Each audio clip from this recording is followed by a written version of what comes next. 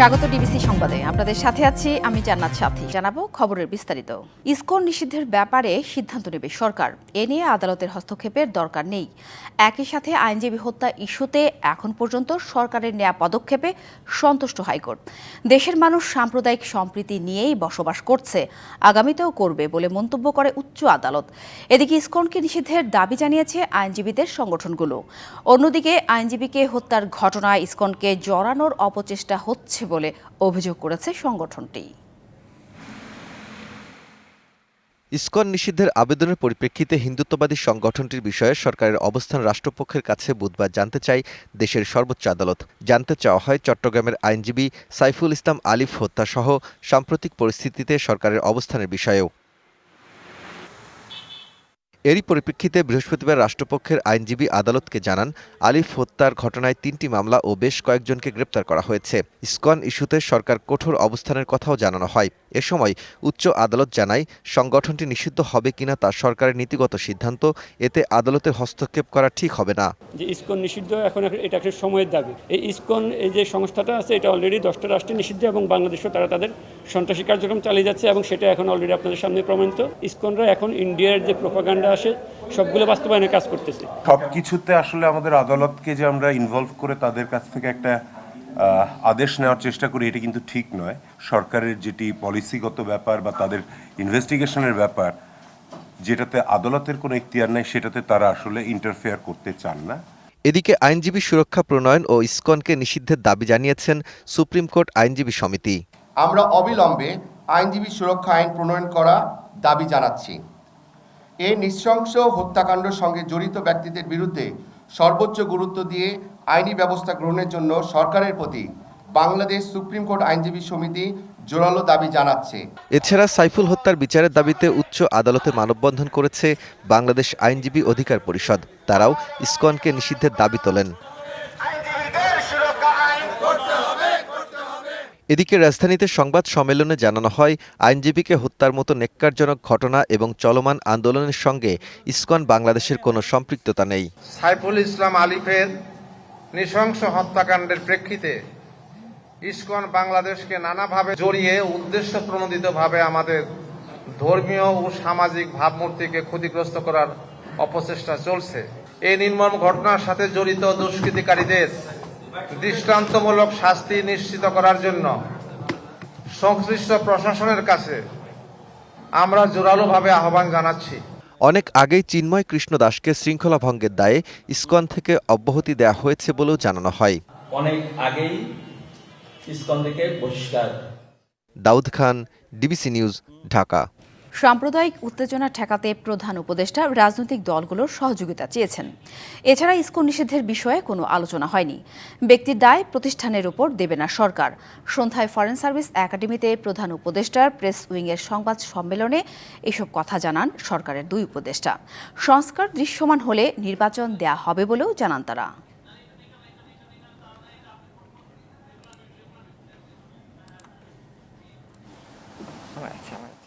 সারা দেশের সাম্প্রতিক নিরাপত্তা পরিস্থিতি, সাম্প্রদায়িক উত্তেজনা এবং নির্বাচনের জন্য রাজনৈতিক দলগুলোর চাপ, এ সবকিছুই উঠে আসে ব্রিফিংয়ে।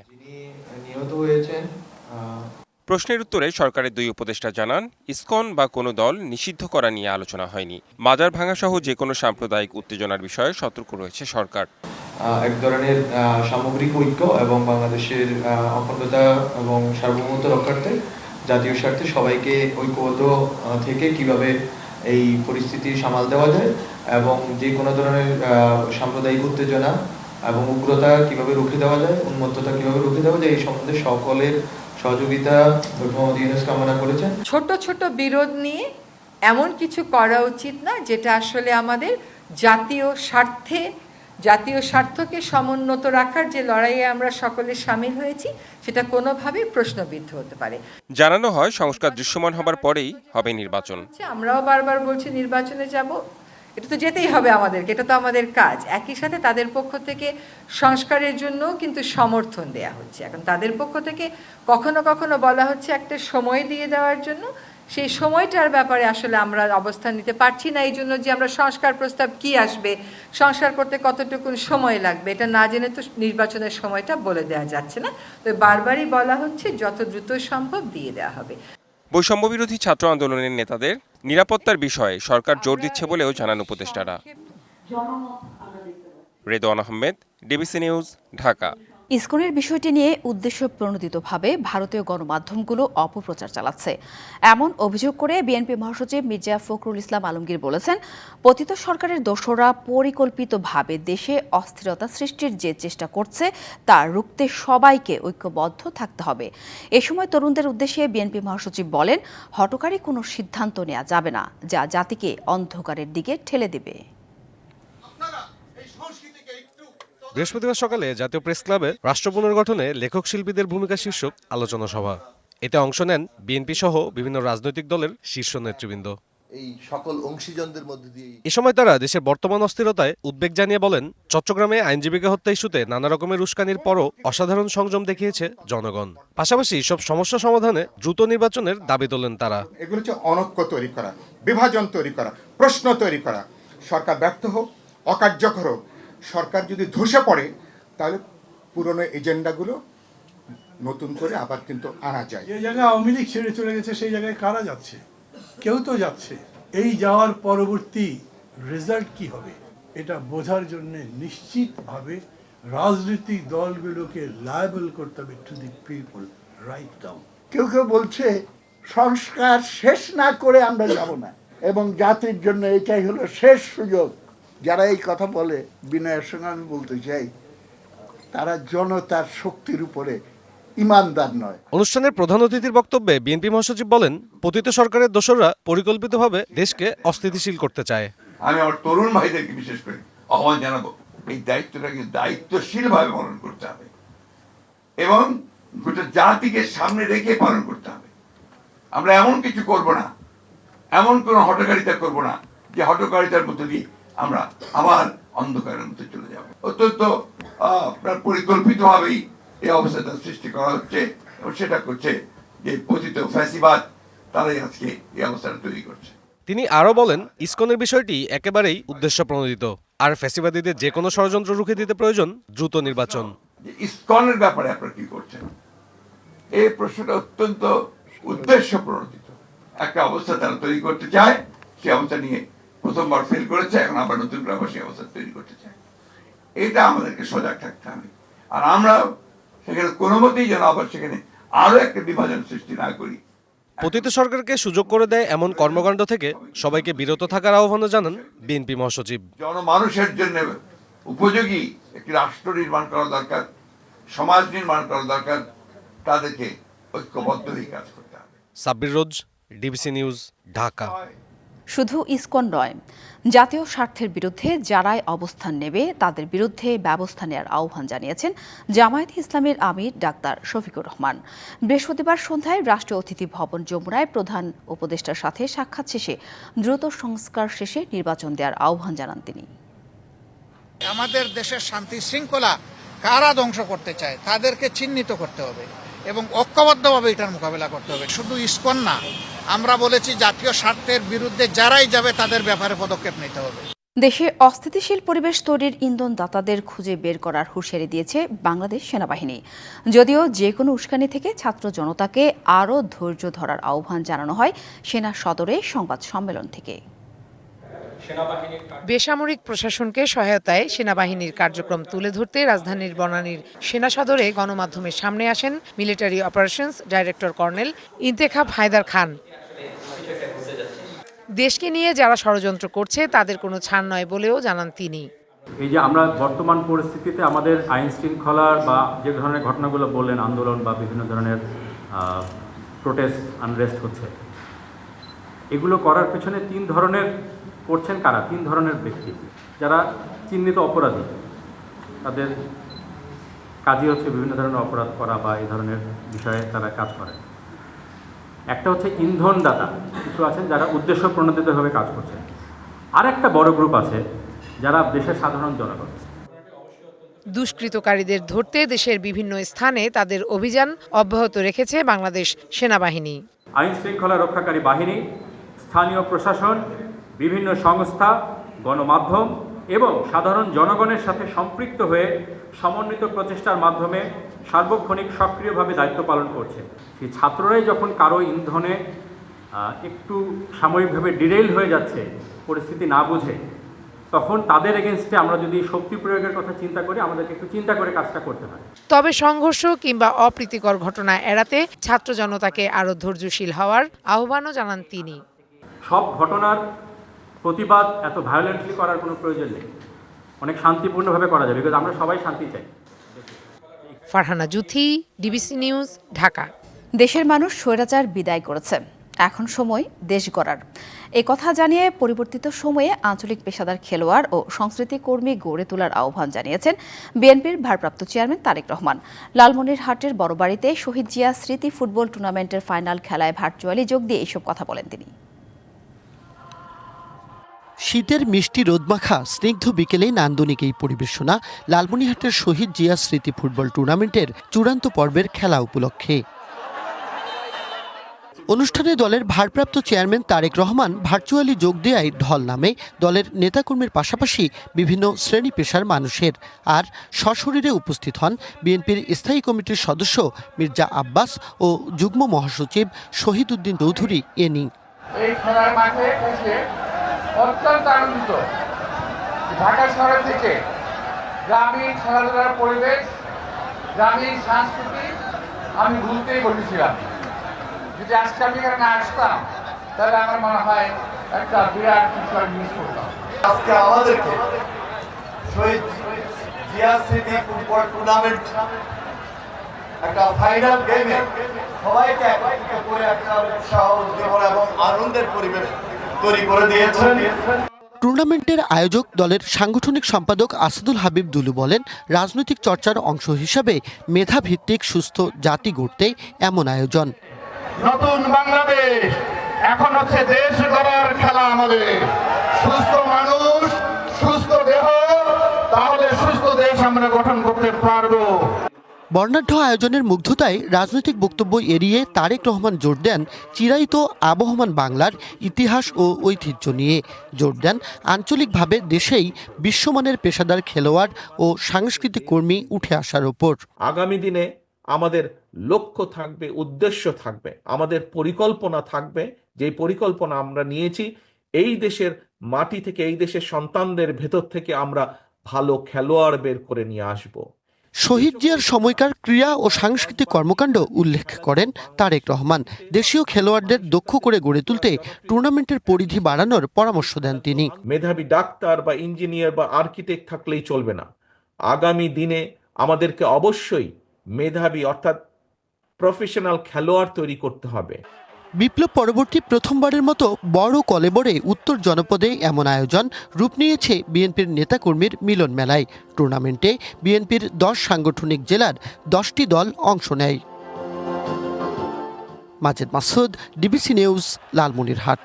প্রধান উপদেষ্টা ডক্টর মোহাম্মদ ইউনূস বলেন, নিজেকে তিনি রংপুরের সন্তান বলে মনে করেন, কারণ জুলাই আগস্ট বিপ্লবে শহীদ আবু সাঈদের সাহস ও আত্মত্যাগে গভীরভাবে অনুপ্রাণিত হয়েছেন তিনি। বৃহস্পতিবার প্রধান উপদেষ্টার কার্যালয়ে আবু সাঈদের পরিবারের সদস্যরা দেখা করতে গেলে তিনি নিজেকে রংপুরের উপদেষ্টা হিসেবে বিবেচনা করার আহ্বান জানান। এ সময় প্রধান উপদেষ্টা শহীদ আবু সাঈদ ফাউন্ডেশনের সনদপত্র আবু সাঈদের পরিবারের হাতে তুলে দেন এবং তা গ্রহণ করেন আবু সাঈদের বাবা মকবুল হোসেন। সরকারের পক্ষ থেকে তাদের সর্বোচ্চ সহায়তার আশ্বাস দেন প্রধান উপদেষ্টা। 22,500 কোটি টাকা ছাপিয়ে 6টি দুর্বল ব্যাংকে তারল্য সহায়তা দিয়েছে বাংলাদেশ ব্যাংক। গভর্নর বললেন, এক্ষেত্রে বিবেচনায় নেওয়া হয়েছে গ্রাহকের স্বার্থ। প্রয়োজনে তাদের জন্য সবই করবে কেন্দ্রীয় ব্যাংক। বলেন, গ্রাহকের আমানতের টাকা শতভাগ নিরাপদ। তবে ব্যাংক টাকা ফেরত দিতে ব্যর্থ হলে তা পূরণে হাত বাড়াবে কেন্দ্রীয় ব্যাংক। রাজনৈতিক পট পরিবর্তনের পর থেকেই দেশের ব্যাংকিং খাতের দুরবস্থার চিত্র উঠে আসে। সংকট সমাধানে দুর্বল ব্যাংকগুলোকে সবল করার চেষ্টা করছে বাংলাদেশ ব্যাংক। এরই অংশ হিসেবে ন্যাশনাল ব্যাংক, সোশ্যাল ইসলামী ব্যাংক, ফার্স্ট সিকিউরিটি ইসলামী ব্যাংক সহ 6টি ব্যাংকে 22,500 কোটি টাকা তারল্য সহায়তা দেওয়া হয়। আশা করা হচ্ছে রবিবার থেকে এসব ব্যাংকে চাহিদা মতো টাকা তুলতে পারবেন গ্রাহকরা। রবিবার থেকে গ্রাহক টাকা পাবে এটা ক্লিয়ার কিনা স্যার? আমি গত 2টি ব্যাংকে টাকা পাচ্ছে, আর রবিবার থেকে 6টা ব্যাংকে টাকা। সংবাদ সম্মেলনে গভর্নর আরও জানান, টাকা ছাপানোর সিদ্ধান্ত থেকে সাময়িক সরে এসেছে বাংলাদেশ ব্যাংক, যা দ্রুতই বাজার থেকে তুলে নেওয়া হবে। আমি একটা কথা বলেছিলাম যে টাকা ছাপাবো না, সেখান থেকে আমি সাময়িকভাবে সরে আসছি, কিন্তু পুরোপুরিভাবে নয়। আমরা এই টাকাটা আবার তুলে ফেলবো আমাদের বন্ড ইস্যু করার মাধ্যমে। তিনি জানান, ব্যাংকিং ব্যবস্থা সহজীকরণ করতে কেন্দ্রীয় ব্যাংক তার নীতিতে অটল থাকবে, প্রয়োজনে খেলাপি ঋণের বিরুদ্ধেও কঠোর হবে। ডিফল্টার যদি হয় সেই ক্ষেত্রে প্রপার্টি অ্যাটাচমেন্ট এখানে কমন প্র্যাকটিস, ঠিক আইনগতভাবেই এটা করা হবে, এটা কোনো ব্যক্তি স্পেসিফিক না। বাংলাদেশের ব্যাংকিং খাতে দুরবস্থার জন্য এস আলমকে দুষছেন তিনি। আইনি প্রক্রিয়ায় তার বিরুদ্ধে ব্যবস্থা নেওয়ার কথাও জানান গভর্নর। আমি যদি আমাকে কেউ চাপ দেয় আমি এই চাকরি ছেড়ে চলে যাব, কিন্তু আমি কম্প্রোমাইজ করব। হিমেল মাহবুব, ডিবিসি নিউজ, ঢাকা। জনগণের আর্থিক স্বস্তি ও নিরাপত্তা নিশ্চিত করতে না পারলে সংস্কার কোনো কাজই আসবে না, এমনটা মনে করেন শ্বেতপত্র প্রণয়ন কমিটির প্রধান ডক্টর দেবপ্রিয় ভট্টাচার্য। রাজধানীর ইআরএফ মিলনায়তনে এক সেমিনারে দুর্নীতির মাধ্যমে অর্জিত সম্পদ সরকার কেন এখনও বাজেয়াপ্তের উদ্যোগ নেয়নি সে প্রশ্ন তোলেন তিনি। জানান, আগামী রবিবার শ্বেতপত্র কমিটির প্রতিবেদন হস্তান্তর করা হবে প্রধান উপদেষ্টার কাছে। সেমিনারে অর্থনীতিবিদরা বলেন, আগামী 6 মাস দেশের অর্থনীতির জন্য খুবই স্পর্শকাতর সময়। আমরা যে পলিসিগুলো নিয়েছি, আমরা কিন্তু ইম্পোর্টটাকে কম্প্রেস করে রাখতে হচ্ছে। কেন? একটা কনসার্ন হচ্ছে আমাদের এনাফ রিজার্ভ নাই। আমরা যে এখন চ্যালেঞ্জের মধ্যে যাচ্ছি, সত্যিকার অর্থে এটা একটা আনপ্রেসিডেন্টেড চ্যালেঞ্জ, যেখানে দুটো জিনিস একসঙ্গে যোগ হয়েছে, ইনফ্লেশন এবং রিজার্ভ ক্রাইসিস। শ্বেতপত্রের অভিজ্ঞতার ভিত্তিতে এবং দেশের বর্তমান পরিস্থিতি সম্বন্ধে দলিল দরকার। যদি অর্থনৈতিক ক্ষেত্রে মানুষ, জনগণ স্বস্তি না পায় এবং তার সাথে আইন শৃঙ্খলাতে যদি সে নিরাপত্তা বোধ না করে, অর্থাৎ আর্থিক স্বস্তি এবং নিরাপত্তা, এই দুটোকে যদি না ঠিক করা যায়, তাহলে আমাদের সংস্কারের কোনো উচ্চাশাই কিন্তু আমরা পৌঁছাতে পারবো না। হাইকোর্টের এজলাসে ডিম ছুঁড়ে বিচারককে হেনস্থার ঘটনায় জড়িত আইনজীবীদের বার কাউন্সিল সনদ বাতিল এবং সুপ্রিম কোর্টের আইনজীবী সমিতির সদস্যপদ বাতিল করা হবে। দুপুরে সাংবাদিকদের একথা জানান সুপ্রিম কোর্ট আইনজীবী সমিতির সভাপতি ব্যারিস্টার মাহবুব উদ্দিন খোকন। গতকালকে সুপ্রিম কোর্টে যে ঘটনা ঘটেছে, একটা আতঙ্ক সৃষ্টি করার প্রয়াস বাংলাদেশের বিচার ব্যবস্থার প্রতি কিন্তু আমি মনে করি একটা হুমকি। সঠিক তদন্ত হোক এবং প্রকৃত যারা দোষী অপরাধী তাদের ব্যাপারে ব্যবস্থা গ্রহণ করা হোক। আবহমান বাংলায় শীত মানেই পিঠা পার্বণ, আর সেই উৎসবে এবার ভোলা জেলায় যোগ হয়েছে নতুন মাত্রা। 30 রকম ভর্তা আর বাহারি পিঠা নিয়ে সাড়া ফেলেছেন কাউসার ঢালি নামে এক পিঠা ব্যবসায়ী। তার পিঠা আর ভর্তার টানে শুধু স্থানীয়রাই নয়, দূর দূরান্ত থেকেও ক্রেতারা ছুটে আসছেন। অন্যদিকে ঝালকাঠিতে পিঠা বিক্রি করে সংসারে সচ্ছলতা এনেছে নিম্ন আয়ের নারী ও পুরুষ। আধুনিকতার ছোঁয়ায় গ্রাম বাংলার এই ঐতিহ্য হারিয়ে যেতে বসেছে। তাই পিঠা তৈরির সংস্কৃতি ধরে রাখতেই ভোলায় জমে উঠেছে পিঠা বেচা কেনা। শহরের ফুটপাত থেকে শুরু করে গ্রামেগঞ্জে বিকাল থেকে গভীর রাত পর্যন্ত চলে পিঠা বিক্রির ধুম। পিঠা বিক্রেতা কাউসার ঢালি কয়েক বছর আগেও 10 রকমের ভর্তা দিয়ে শুরু করেছিলেন পিঠা বিক্রি। এবার পিঠার সাথে 30 রকমের ভর্তা দিয়ে ক্রেতাদের দৃষ্টি আকর্ষণ করছেন তিনি। সন্ধ্যা থেকেই তার দোকানে যেন চলে উৎসবের আমেজ। যে এখানে বিভিন্ন রকমের ভর্তার আইটেম আমরা দেখতে পাই এবং ওগুলো খুবই সুস্বাদু, যে কারণে আমরা বারবার এখানে আসি। অনেক রকম সিরিয়াল দিয়ে পিঠা পাওয়া যায় না, ভর্তাটা খুব মজা। পিঠা ও ভর্তার স্বাদ নিতে দূর দূরান্ত থেকে ছুটে আসেন নানা বয়সী নারী পুরুষ। কাউসার ঢালির 2 দোকানে প্রতিদিন 30 থেকে 32,000 টাকার পিঠা বিক্রি হয়। 60-65 ভর্তা আছে, 2 দোকানে আমি বেশি 20,000 বেচে, মানে 12,000-এর মতো, 12-13,000 ডেলি বেচে। তো 2 দোকানে 32-33,000 টাকা বেচা কিনা হয়, 10,000-10,000 টাকা আমার লাভ থাকে ইনশাল্লাহ। শীতের আগমনী বার্তার সাথে সাথে ঝালকাঠি শহরের বিভিন্ন এলাকায়ও বসেছে পিঠার মেলা। সাজের পিঠা, চিতই, চটা আর ভাপা সহ নানা পিঠা তৈরি করছেন নারীরা। বিকাল থেকে রাত অবধি চলে বেচাকেনা। মৌসুমী পেশা হিসেবে পিঠা বিক্রি করে সংসারে সচ্ছলতা এনেছেন অনেক নারী। তাদের সহযোগিতা করছেন পুরুষরাও। আর যান্ত্রিক জীবনের ব্যস্ততায় বাড়িতে তৈরি করতে না পারলেও হিমেল ঠান্ডায় জমিয়ে পিঠার স্বাদ নিচ্ছেন অনেকে। বাসায় তো প্রত্যেকদিন পিঠা তৈরি করে না, পিঠার প্রতি অন্যরকম একটা টান থাকে, যার কারণে আমি আসি, খাই। বাসায় বানাইতে অনেক রিস্ক ঝামেলা, এই জন্য আর কি এখানে বানাই, এখানে বসে খাই। শীতের সিজন এই রেটে বাড়তি আয়, আমার সংসার একটু ভালোই চলে। পিঠা বিক্রির সাথে জড়িতদের সহায়তা করার কথা জানিয়েছে বিসিক। এই উদ্যোক্তারা এই পিঠার সরবরাহ করে বা বিক্রি করে তাদের জীবিকা নির্বাহ করে থাকে।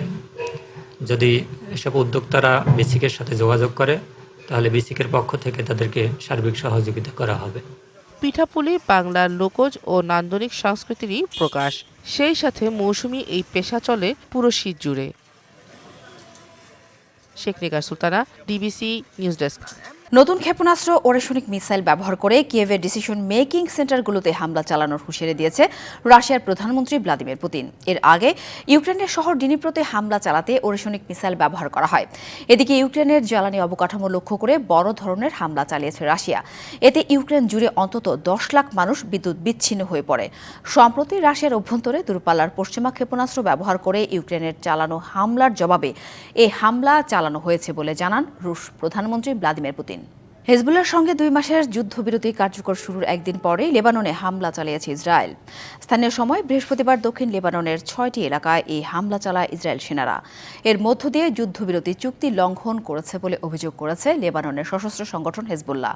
তবে ইসরায়েলের দাবি দক্ষিণ লেবাননের বিভিন্ন এলাকায় সন্দেহভাজন ব্যক্তিদের উপস্থিতি দেখতে পেয়েছে তারা। এদিকে হেজবুল্লাহ ইসরায়েল যুদ্ধবিরতি কার্যকরের পর বাড়ি ফিরছেন উদ্বাস্তু লেবানিজরা। এদিকে হেজবুল্লাহ ইসরায়েল যুদ্ধবিরতিকে স্বাগত জানিয়েছেন জাতিসংঘ মহাসচিব। যদিও লেবাননের দক্ষিণাঞ্চলের পরিস্থিতি পর্যবেক্ষণে রাখতে এখনই সেনা প্রত্যাহার করতে নারাজ ইসরায়েল। 2 ম্যাচ সিরিজের দ্বিতীয় শেষ টেস্ট খেলতে এন্টিকা থেকে জামাইকা পৌঁছেছে বাংলাদেশ। শুক্রবার অনুশীলনে নামবে মেহেদী মিরাজের দল। শনিবার থেকে শুরু হবে শেষ টেস্ট। সিরিজের প্রথম টেস্ট হারে অনেকটা অস্বস্তিতে আছে টাইগাররা। বোলিং ইউনিট স্বস্তি দিলেও টপ অর্ডারের বাজে পারফরমেন্স বাড়তি চিন্তা টিম ম্যানেজমেন্টের। সিরিজের সমতায় ফিরতে এই ডিপার্টমেন্টে ভালো করার কোনো বিকল্প নেই মিরাজদের। এদিকে অতীতও কথা বলছে টাইগারদের বিপক্ষে। জামাইকাতে খেলা এখন পর্যন্ত 2 টেস্টের মধ্যে একটিতেও জিততে পারেনি সফরকারীরা। কাল থেকে আরব আমিরাতে পর্দা উঠছে অনূর্ধ্ব 19 এশিয়া কাপের। উদ্বোধনী দিনে ডিফেন্ডিং চ্যাম্পিয়ন বাংলাদেশের প্রতিপক্ষ আফগানিস্তান। অপর ম্যাচে লড়বে শ্রীলঙ্কা ও নেপাল। ম্যাচ শুরু হবে সকাল 11টায়। যুব এশিয়া কাপের ডিফেন্ডিং চ্যাম্পিয়ন বাংলাদেশ গেল ডিসেম্বরে সংযুক্ত আরব আমিরাতকে উড়িয়ে প্রথমবারের মতো এশিয়ার শ্রেষ্ঠত্বের মুকুট পরে যুবা টাইগাররা। আফগানদের হারিয়ে শিরোপা ধরে রাখার মিশন শুরু করতে চায় আজিজুল হাকিম তামিমের দল। পাশাপাশি যুব বিশ্বকাপের প্রস্তুতিটাও ভালোভাবে সারতে চায় যুবা টাইগাররা। বাংলাদেশ দলে এবারে রয়েছে গেল এশিয়া কাপ খেলা 5 ক্রিকেটার। আফগানদের বিপক্ষে যা কিছুটা হলেও এগিয়ে রাখবে তাদের। পেশাদার লীগ ফুটবলের মৌসুমের শুরুর দিনে মাঠে নামছে বসুন্ধরা কিংস। প্রথম দিনে ঘরের মাঠ কিংস অ্যারেনায় খেলা বাংলাদেশ চ্যাম্পিয়নদের। হোস্টদের প্রতিপক্ষ একেবারে শেষ সময়ে দল গোছানো চট্টগ্রাম আবাহনী। কাল সন্ধ্যা 5:30টায় ম্যাচ শুরু। পরিবর্তিত পরিস্থিতিতে নানা অনিশ্চয়তার মাঝে কিছুদিন পিছিয়ে হলেও শুরু হচ্ছে পেশাদার লীগ ফুটবল। উদ্বোধনী দিনে মাঠে নামছে চ্যাম্পিয়ন বসুন্ধরা কিংস। চ্যালেঞ্জ কাপে মোহামেডানকে হারিয়ে মৌসুম শুরু করায় ওরা এখন বেশ আত্মবিশ্বাসীও। মৌসুমের প্রথম লিগ ম্যাচে কিংসের প্রতিপক্ষ চট্টগ্রাম আবাহনী। লাস্ট সিজনে ট্রেবল জিতেছে বসুন্ধরা। এবারও শিরোপা দিয়ে শুরু করেছে সিজন। লিগও একই টার্গেট দিয়ে শুরু করতে চায় বাংলাদেশ চ্যাম্পিয়নরা। অনেক দিন আগে থেকেই এফসি কাপের জন্য প্রস্তুতি নিচ্ছি, প্লাস আমরা চ্যালেঞ্জ কাপ খেলছি। আমাদের প্রস্তুতি আলহামদুলিল্লাহ ভালোই। আমরা চাই যে লিগের প্রথম ম্যাচ জয় দিয়ে শুরু করতে ইনশাল্লাহ। লম্বা সময় ধরে বসুন্ধরা কিংসের মেইন ম্যান ছিলেন ব্রাজিলিয়ান ফুটবলার রবসন রবিনিও। তিনি ছেড়ে গেছেন ক্লাব। তবে কিংসের অ্যাসিস্ট্যান্ট কোচ মাহবুব রক্সি বলছেন ইন্ডিভিজুয়াল কোনো প্লেয়ারকে নিয়ে ভাবতে চায় না তারা। Football not a one man show, football is together and team work.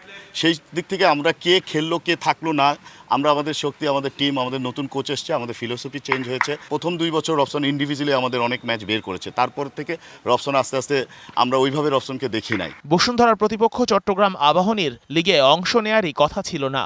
তবে একেবারে শেষ মুহূর্তে তারা গড়েছে দল। তেমন কোনো বিদেশি প্লেয়ারও নেই। একজন বিদেশি ট্রায়ালে থাকলেও তিনি খেলতে পারবেন কিনা তাও নিশ্চিত নয়।